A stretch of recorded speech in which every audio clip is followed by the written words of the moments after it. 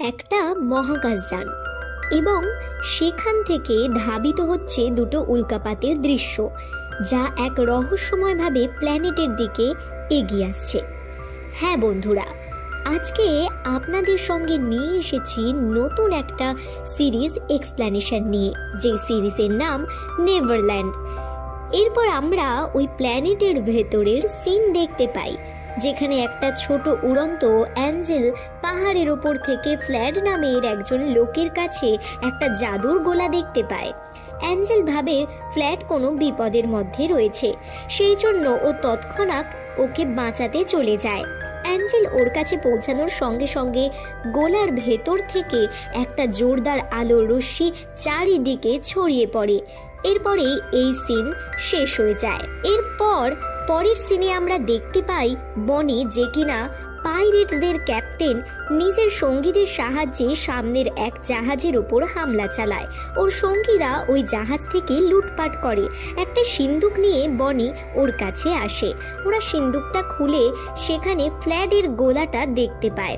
ওই গোলার মধ্যে বনি অ্যাঞ্জেলকেও দেখতে পায়। বনি অ্যাঞ্জেলকে দেখে খুব ভয় পেয়ে যায় আর ওই গোলার ওপর গুলি চালিয়ে দেয়। গুলি করার সঙ্গে সঙ্গে বনি আর ওর সঙ্গীরা জাহাজ সমেত ওই গোলার মধ্যে আবদ্ধ হয়ে পড়ে। এরপর আমাদের লন্ডন শহরের সিন দেখানো হয়, যেখানে কিছু বাচ্চা চালাকির সঙ্গে মানুষের কাছ থেকে তাদের দরকারি মূল্যবান জিনিস চুরি করে নেয়। সেই সময় লোকগুলো বুঝতে পেরে ওদেরকে ধাওয়া করে।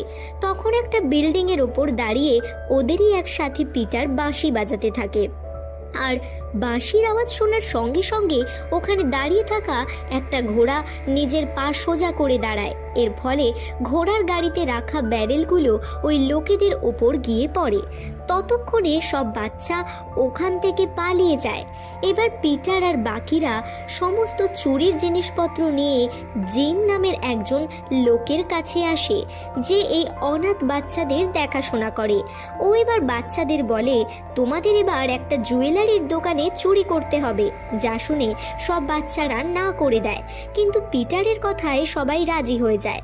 কিন্তু জিম পিটারকে নিজের ঘরে ডেকে এনে বলে, এই কাজে অনেক ঝুঁকি আছে, তাই তুমি ওখানে যাবে না, আমি ওখানে গিয়ে চুরি করব।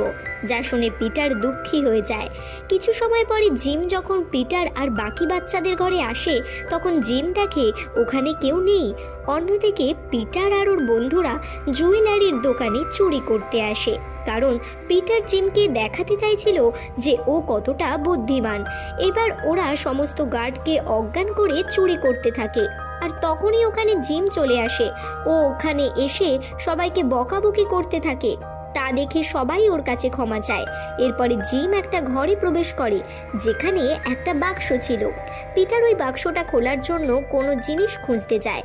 অন্যদিকে জিম একটা বাটন অন করে বাক্সটা খুলে ফেলে। ওই বাক্সতে একটা গোলা ছিল।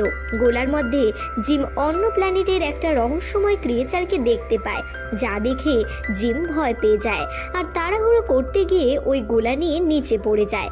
জিমের নিচে পড়ে যাওয়ার সঙ্গে সঙ্গে জিম আর বাকি বাচ্চারা পুরো ঘর সমেত ওই রহস্যময় গোলার মধ্যে আবদ্ধ হয়। তখন ওখানে পিটার চলে আসে। ও এই দৃশ্য দেখে খুবই কষ্ট পায়।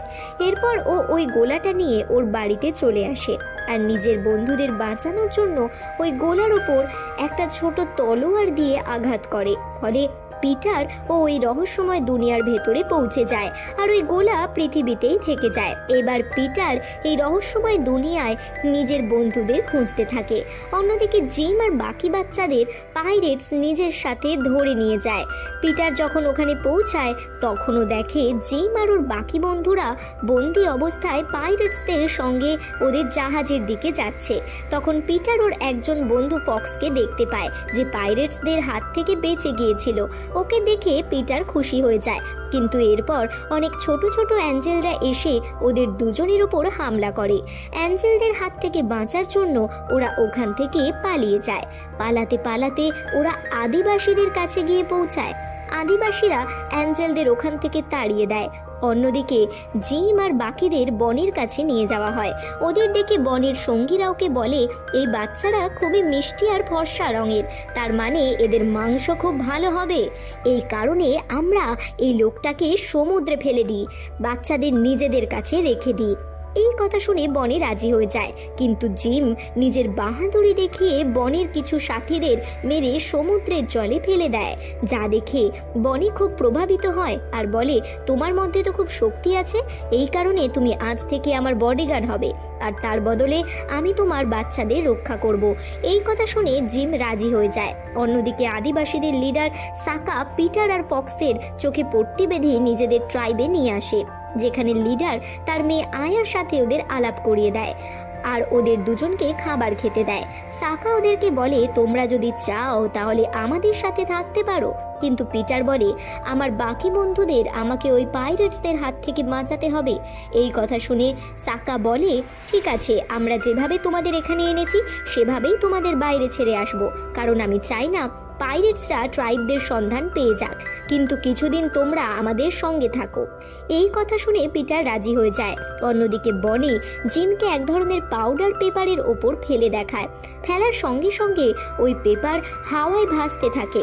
বনি বলে, এটা শুধু একটা পাউডার, ওই আদিবাসীদের এলাকায় জাদুর লিকুইড আছে, যে বস্তুটাকে ওরা রক্ষা করে, যদি আমরা ওটাকে দখল করতে পারি তাহলে আমরা সব থেকে শক্তিশালী হয়ে উঠব।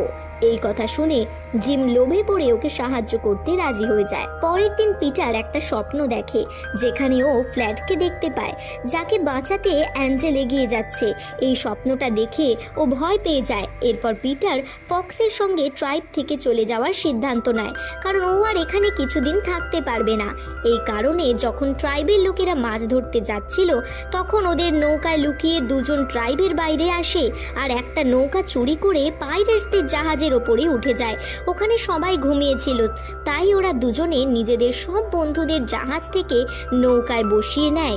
এরপর পিটার জিমকে নিতে বনের ঘরে যায় আর লুকিয়ে বনের গান চুরি করে ওর ওপর তাক করে আর ওকে শাসায় জিমকে ছেড়ে দেওয়ার জন্য।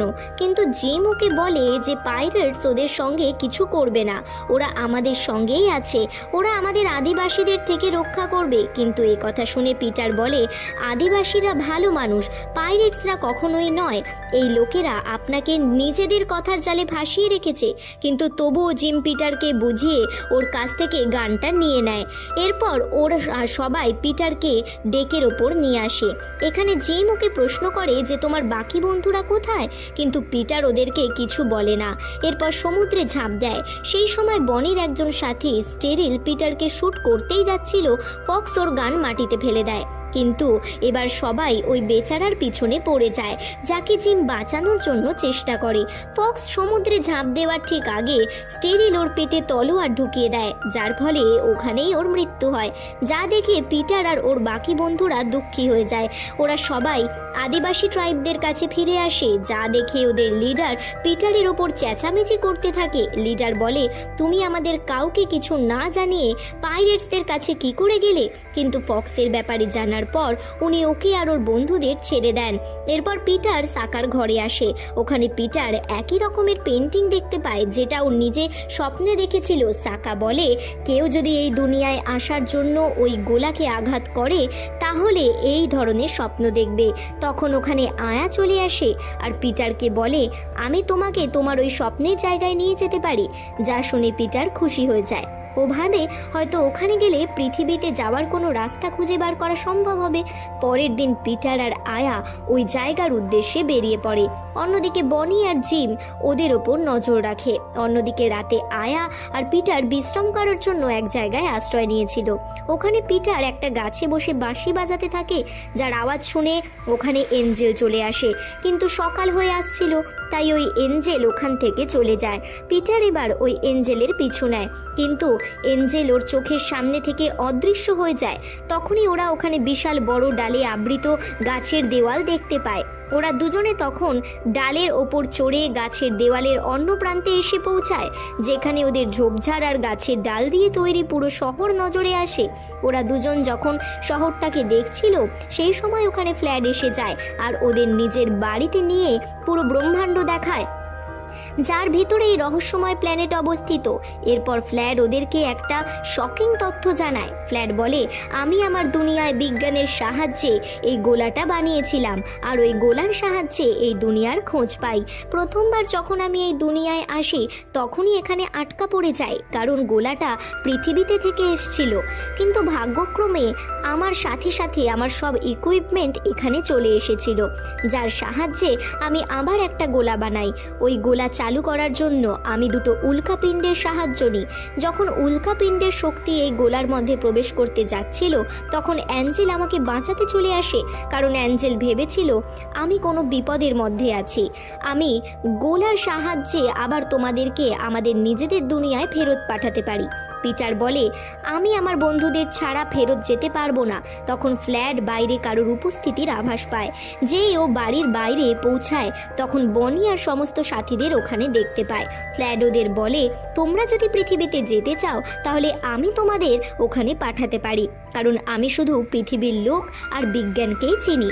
তখন বনি বলে, আমি এই দুনিয়া থেকে ফেরত যেতে চাই না, কারণ এই দুনিয়া থেকে বছরের পর বছর আমার বয়সে বৃদ্ধ পাইনি, কিন্তু পৃথিবীতে আমার বয়স বাড়তে থাকবে।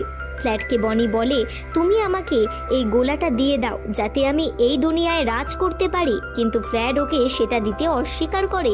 বনি আর ওর সাথীরা গুলি চালাতে থাকে, কিন্তু ওখানে শুধু ফ্ল্যাডের হলোগ্রাম উপস্থিত ছিল।